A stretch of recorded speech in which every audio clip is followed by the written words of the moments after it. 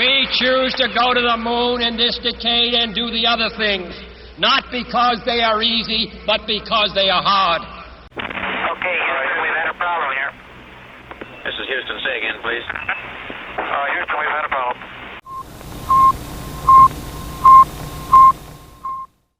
G'day and welcome back to this special COVID co-video edition of Space Junk Podcast. We cross live to Washington, D.C., or just outside, where we're meeting with Gabriel Swiney, who is the Attorney Advisor at the U.S. Department of State and an international space lawyer. Gabriel, what a delight to have you with us. Would you like to explain what it is that your job title actually means? What is it that you do?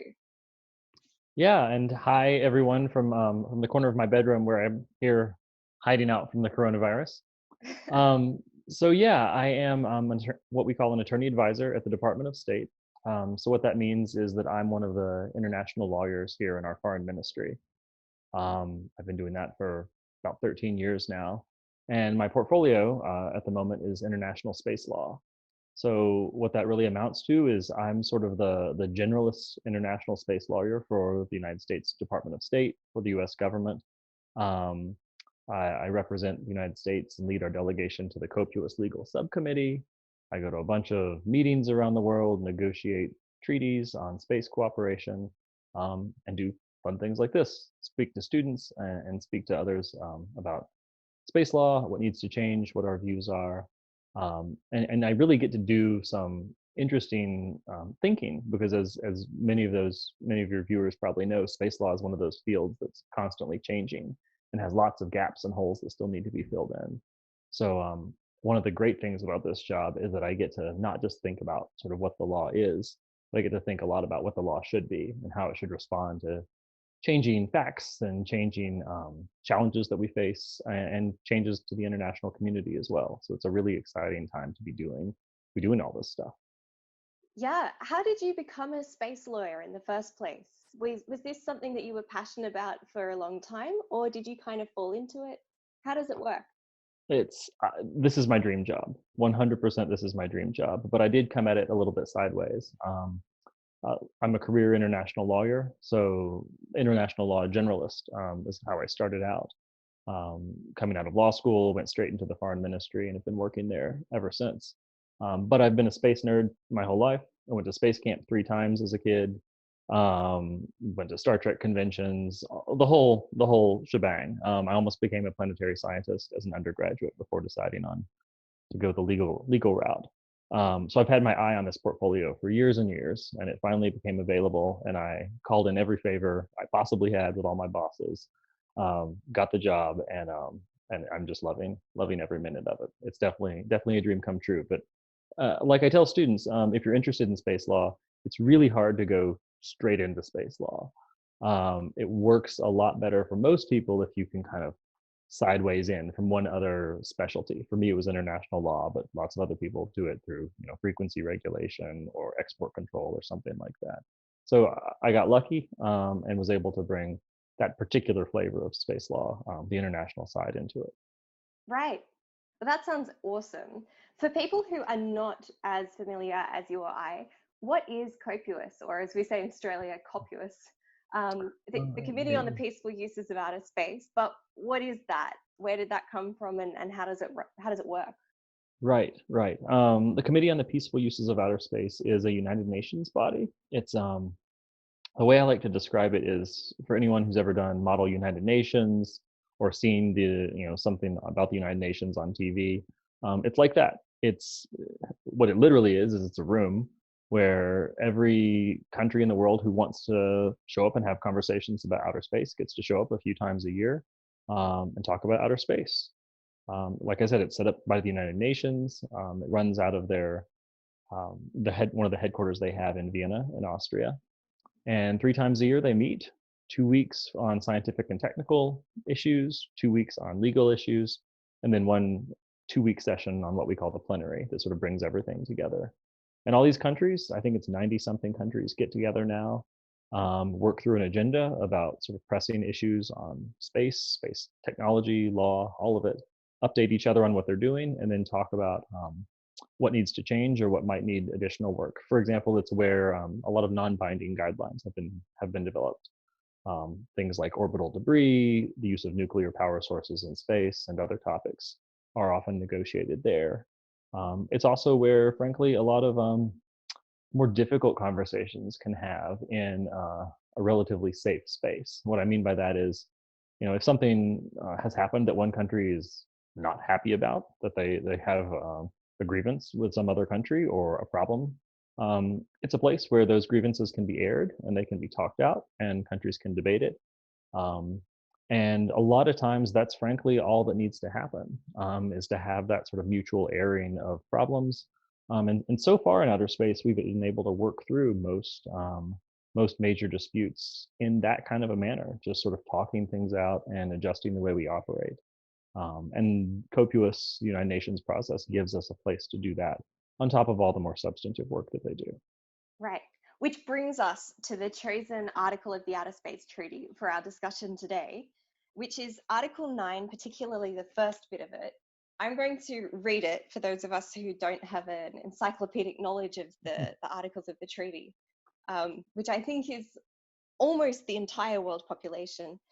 And then I've got a couple of questions for you. So Article 9 says, in the exploration and use of outer space, including the moon and other celestial bodies, states parties to the treaty shall be guided by the principle of cooperation and mutual assistance, and shall conduct all their activities in outer space, including the moon and other celestial bodies, with due regard to the corresponding interests of all other states parties to the treaty. That's just the first section, but I think that's more than enough to be getting on with. So my first question is, what does due regard mean? It's a big first question. First, I think I'll provide a little bit of context. And as you said, Article 9 it's more than a mouthful. It's half a page of text. And Article 9 in the Outer Space Treaty throws a whole bunch of ideas in there, sort of in this one sort of giant block. But I think you've zeroed in on what to me is the most important, which is this concept of due regard. And the reason I think it's the most important is because I think if you unpack much of the rest of that article, and frankly, much of the rest of the Outer Space Treaty, it's really about a pretty basic idea, which is how do we all do this at the same time, right? If we're going to outer space and it's a new place for humans to be doing things, right? This was negotiated in 1967, the very beginning of the space age, or when and so there's going to be people doing things and robotic activities as well, somewhere where we've never done things before. So we have to come up with some basic rules of the road for how we're all going to be dealing with each other there, right? Contrast that, for example, with certainly we have detailed rules for how we deal with each other, with other countries, with other people on the ground, right? We have domestic laws and international law that sets out incredible level of detail. But even in other places like on the ocean, on the high seas, or in Antarctica, other places that aren't owned by a country, we have had, for the most part, time to develop these rules over many, many years, particularly with regards to the high seas, right? Maritime law is ancient and is developed over centuries and centuries of precedent and practice and rulemaking. So it was able to develop gradually as our activities expanded. Outer space was different because we sort of came upon it in a relatively short period of time in terms of human history. So we had all these new activities, not only what was happening in the 60s, but also what we envisioned would happen in the future. And there was this basic fundamental need that our predecessors saw to say, all right, we're going to be here. It's not just going to be one country. It's not even going to be countries that like each other, right? This was the height of the Cold War between the West and the Soviet Union and its allies. So there was this big debate about how are we going to interact with each other. And because it's part of the Cold War, and because it's a sort of very early days in terms of space exploration back in the 60s, it was hard to write down specific rules, right? It's hard to write, exactly how are you going to handle debris? Exactly how are you going to handle orbital slots? Because we don't know, had no technical practice then.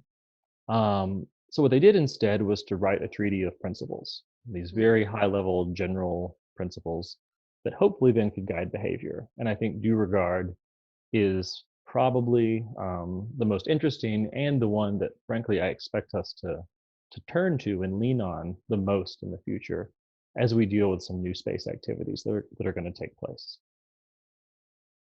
Right. And so essentially, then there's this principle of cooperation and mutual assistance, and a principle of like paying attention to the interests of others when you're planning your own activities in space. But how does that actually play out in reality?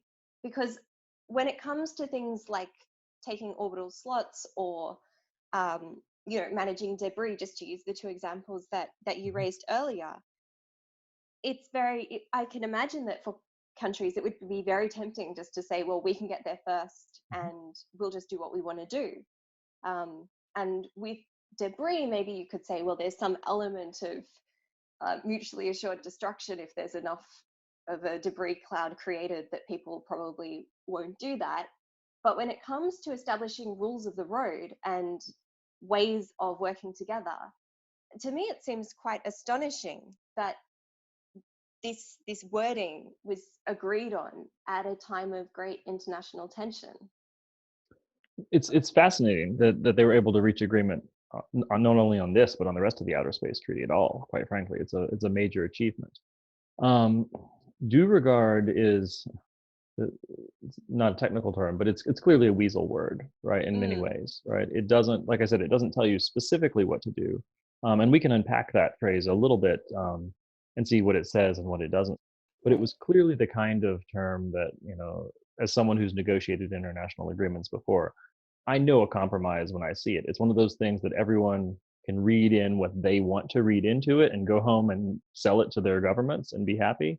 Whereas you sort of know in the back of your mind that probably there's half a dozen different interpretations of this phrase from the moment you've written it down in the negotiating room. So, I can't get inside the heads of those who negotiated it. I think there's probably some of that going on, which is probably how they achieved consensus on this text.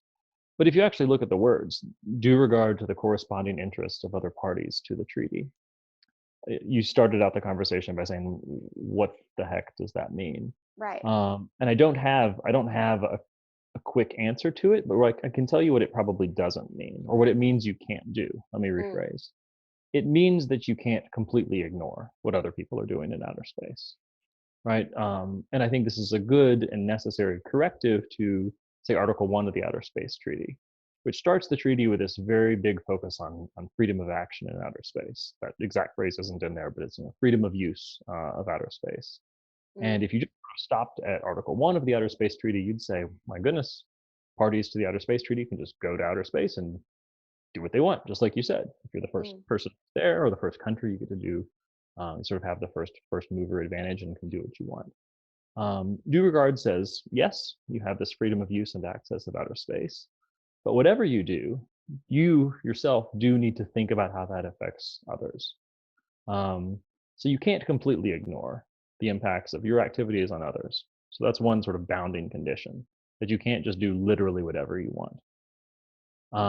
Now, in practice, what does that actually mean? One thing I think to keep in mind is that this is the sort of thing you get to judge yourself. Lawyers would say this is like a self-judging kind of condition, right? It appears like, from the words, that it's the country doing the action that gets to decide what is due regard, right? So this is, if it's an Australian activity in outer space, it's the Australian government that gets to decide what meets that due regard criteria. So there's no sort of external standard, there's no United Nations, there's no International Court of Justice that gets to sort of sit on top of this and look at it, unless you bring someone else in, which you always could do through mediation or reconciliation or some process like that. But at the very initial stage, it's something countries themselves are supposed to do. When they're engaged in activities in outer space, it's some kind of inquiry they do to say, how do my actions affect those of others? Which is really, it's both simple, because it's the same sort of thing I teach, my 6-year-old and 8-year-old children, right? Think about how what you do affects those around you. It's a basic lesson. But it is not the sort of centuries-old traditional norm for international activity, right? There's old ideas in international law that, unless it's specifically prohibited, countries can do what they want. And this is a corrective to that a little bit, saying, sort of, but you really do have to think about how the others are impacted here, and specifically the other parties to the treaty. And for decades now since the treaty entered into force. It's been there. I think it's sort of been a sleeping giant within the treaty, quite frankly. If you go and sit in Copious and read lots of academic papers on space law, you frankly don't see this term come up a lot because I think no one knows what it means. Yeah. The term isn't common in international law. It exists in a few other contexts, but I raised this with we brought in some eminent law professors to consult on space law, non-space law experts, but just generalist international lawyers. We brought them into the State Department a couple years ago, and I briefed them on this article, and they just were sort of flabbergasted. They saw this and said, "We have no idea what that means. Where did you weird space lawyer people come up with this idea? We've got no idea how to build on those words." So it's different, it's unique, but I do think, as I said before, we're going to have to lean on this tool in the near term because we don't have anything else to deal with some real emerging issues in space activities. I'm going to go grab my dog right now. He's scratching at the door. Sure, go for it.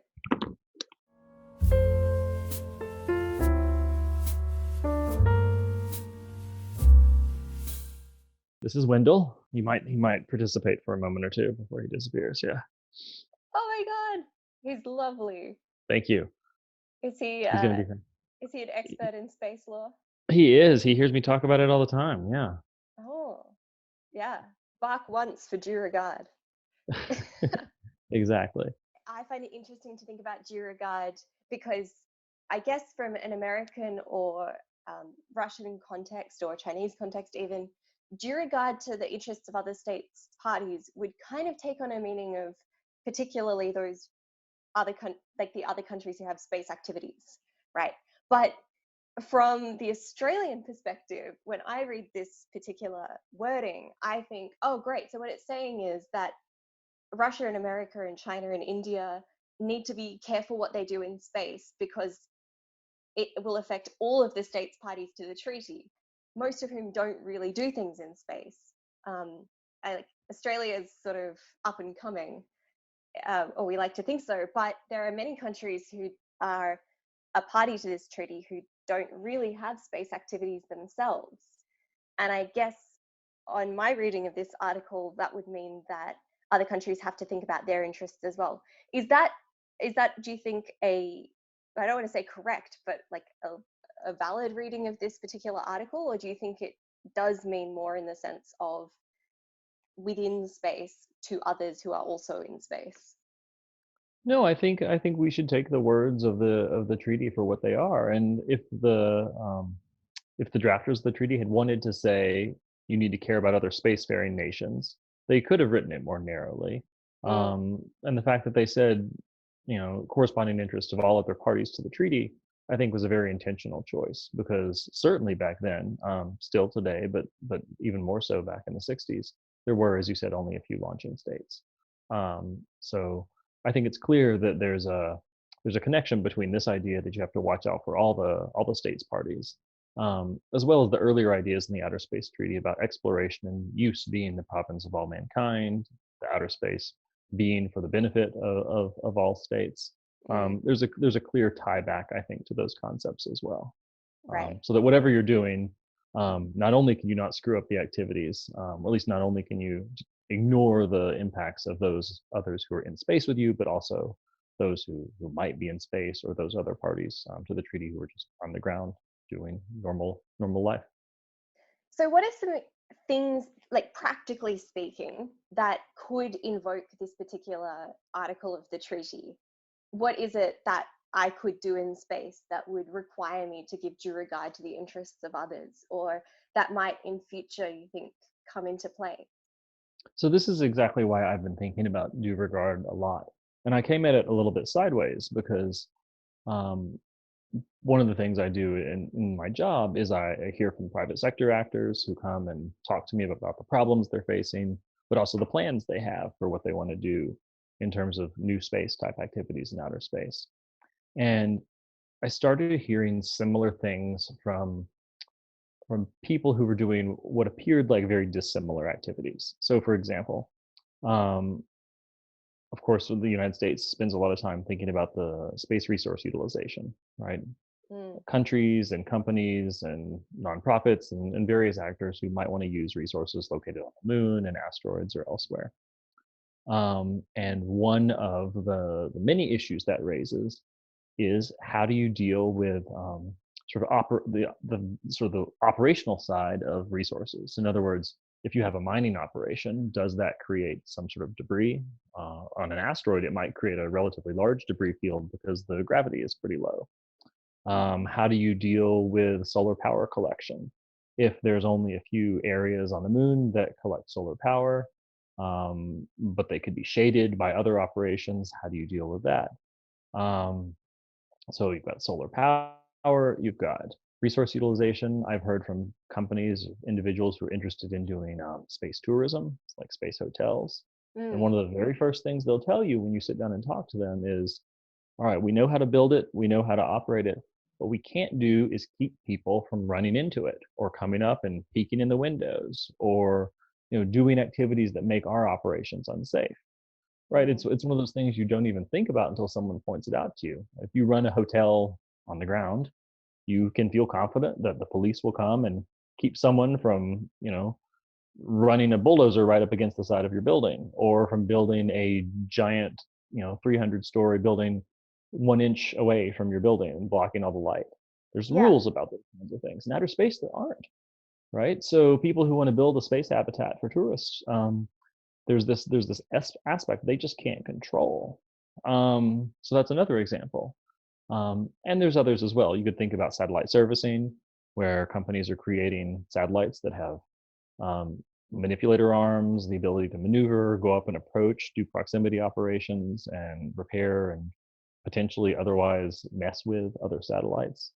Um, so I started seeing all these issues pop up from an operational perspective, right? Individuals, companies, countries wanting to do things. And they were all coming with problems saying, how can we have confidence that what we're doing won't be interfered with? And how do we know what we can and can't do? And I came to realize once I took on this portfolio and listened to these people talk for a while, I started to realize these aren't different problems. These are all the Mm. same problem. And it's the problem of how do we know how to interact with each other in outer space? And it's a problem we've managed to dodge largely for 50 plus years, except with regards to the geostationary orbit. Geostationary orbit's the one place in outer space really where we've been forced to answer some of these questions already because it's gotten relatively congested, because it's a limited resource, because everyone wants to use it, and because geostationary communication satellites are one of the first sort of major space industries. Mm. We did have to come up with a way of dealing with each other in that context. But otherwise, outer space really has been the kind of place where you could go and do what you wanted to do and be pretty confident that you weren't going to interfere with anyone and they weren't going to interfere with you. Because frankly, there wasn't that great a variety of things happening. We had some marquee human exploration programs like space station and the Russian and Soviet versions of those things. The lunar program, of course, and then lots of Earth observation satellites, and then the communication satellites out in geo. But almost Mm. all those things are the kinds of activities that are easily predictable. Most of them stay in fixed orbits, or they're so high profile that everyone knows where they are, like a mission to the moon.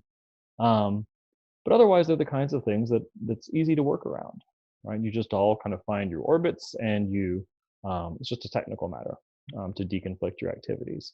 But now, when you have much more dynamic missions, people going up to space and saying, we're going to do this general category of activity.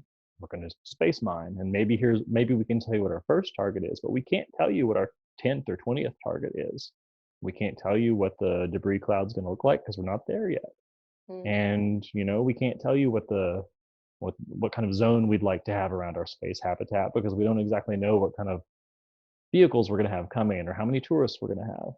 So we're really being faced with all these different technical challenges, these really operational challenges that require us then as lawyers to meet that challenge. And the only international law tool I have is the Outer Space Treaty.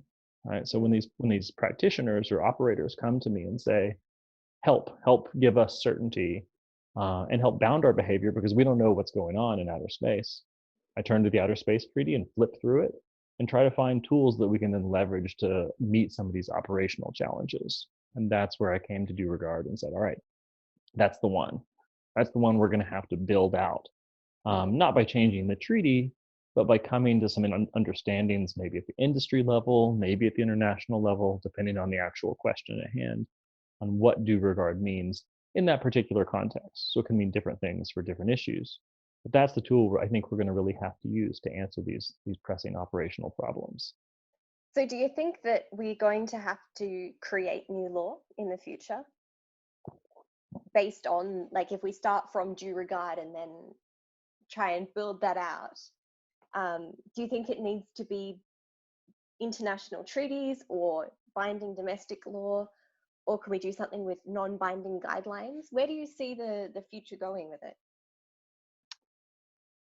I think I wouldn't know what to write now in terms of an international treaty, right? We do know what some of the challenges are in broad terms. I mentioned some of the examples. I still wouldn't know what rules to write, right? I wouldn't know how large a keep out zone should be, or even how to design it exactly, especially for space habitat or something like that, except in the most general terms. So I think we would have a hard time if we tried to draft an international treaty now, because it is still early days in terms of practice. And just historically, there's lots of examples of international rulemaking getting too far ahead of the real world. And when that happens, one of them tends to trip the other up, right? Either the rules don't fit with the real world, or they just sort of conflict in various ways. I don't think that's the way to go now. That doesn't mean we aren't going to need those kinds of international efforts at some point. I just don't think it's quite right at the current moment. That doesn't mean, however, that there's not a role for the international community. I think there's a major one, and one of the biggest is one I alluded to earlier when we were talking about COPUOS, which is the non-binding standards. Right, many of the non-binding standards that are negotiated through COPUOS or other fora, international multilateral fora, are exactly the kind of sort of, we would say, bottom-up development of, they don't call it due regard, but essentially due regard. Right, when you're talking about orbital debris mitigation, or many of the other standards that have been negotiated already, they really are about how we get along in outer space when you boil them down. So whether they know they're doing due regard or not, I think that is, in fact, what they're doing. So due regard is the kind of thing you could write binding rules. That's one possible way, as you said. Another is to develop through practice ways of working with each other. One way I like to think about it is a little bit of an analogy here. I grew up with a lawyer father who used to do medical malpractice defense. So he defended doctors who were sued for medical malpractice.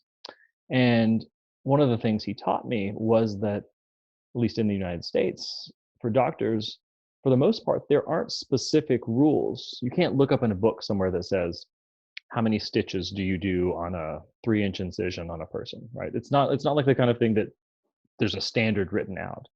If you're sued, what they do is they look to the practice in the community. What do other doctors do in a similar situation? Right? They analogize and look to general practice. I think that's the kind of thing we're going to have to do in outer space, at least for a while. We're going to have to look and see, okay, what are the well-developed technologies, the responsible actors, what do they do? And is that the kind of thing that we can generalize to the rest of the community? Under what circumstances, yes or no? And then you build up that body of practice and turn it into a sort of broader concept of due regard. So that's the non-binding side. I do think there's probably a place for narrower international rulemaking. What I mean by that is there may be particular topics or particular activities that we are ready to have more binding rules about. I'm speaking just very much on my own now, not on behalf of my employer or the United States government. But I think there's issues like, for example, protection of human heritage on the moon, that you could imagine, now that there's going to be probably civil commercial activities on the moon again in the very near future. You could imagine it being the time to develop some actual legally binding rules about protecting existing human heritage sites, for example. And that would be a very narrow topic, but I think would still come out of the concept of due regard, right? Taking into account the actions we have on others. And then, of course, I think much of this does need to be wrapped into domestic regulatory schemes. That's pretty much up to each country. But if there are certain rules or certain practices that individual countries think are critical, then they certainly should build those into, say, for example, their launch licensing scheme, or however they domestically choose to regulate space actors out of their country. So I think there would be some hard law there on the domestic side, but some of that is going to vary country by country. Yeah, definitely. Look, I feel like I've taken a lot of your time. Is there anything that you wanted to say that we haven't covered? And also, second question for that is there anything you'd like people who are watching this or listening to this, if it also gets released in an audio format, to go and Google or to read or to think about over the coming weeks? I'll answer your second question first. Sure. The second question first is I would just say, just sit tight for a few more weeks, because I think there's going to be some interesting things happening over the next month or two in the space law world coming out of Washington that I think will be interesting on related topics. So I would just say stay tuned. There's going to be interesting stuff. We are thinking about all of these issues. As far as parting thoughts, I guess I would just say, to build on how I started, saying, those of us doing space law are so lucky right now. I think the plea I would have is that now is the time for flexibility. Now is not the time to dig into decades old positions on space law or on how the geopolitics of space work. All of us who do outer space things, law and policy, and the technical side, are being faced with challenges that our predecessors never had to face and never got to face. So part of our job now is to dust off old ideas, dig through the tools we have, and be creative to how we meet these solutions. It doesn't mean we have to throw the baby out with the bathwater. It doesn't mean the Outer Space Treaty is obsolete or old, but it does mean we're going to need to put our thinking caps on and do the real work of building the next generation of space law, because that's the challenge we have right now, is taking a 50-plus-year-old treaty system and making it work for the next 50 years. I think we can do it, but people have to really engage, and not just the traditional space powers. We need as broad engagement as we possibly can here. Gabriel, it has been so wonderful to talk to you. Thank you so much for making time and for sharing your expertise on Article 9 and on space law more broadly. Thank you very much. It's been fun.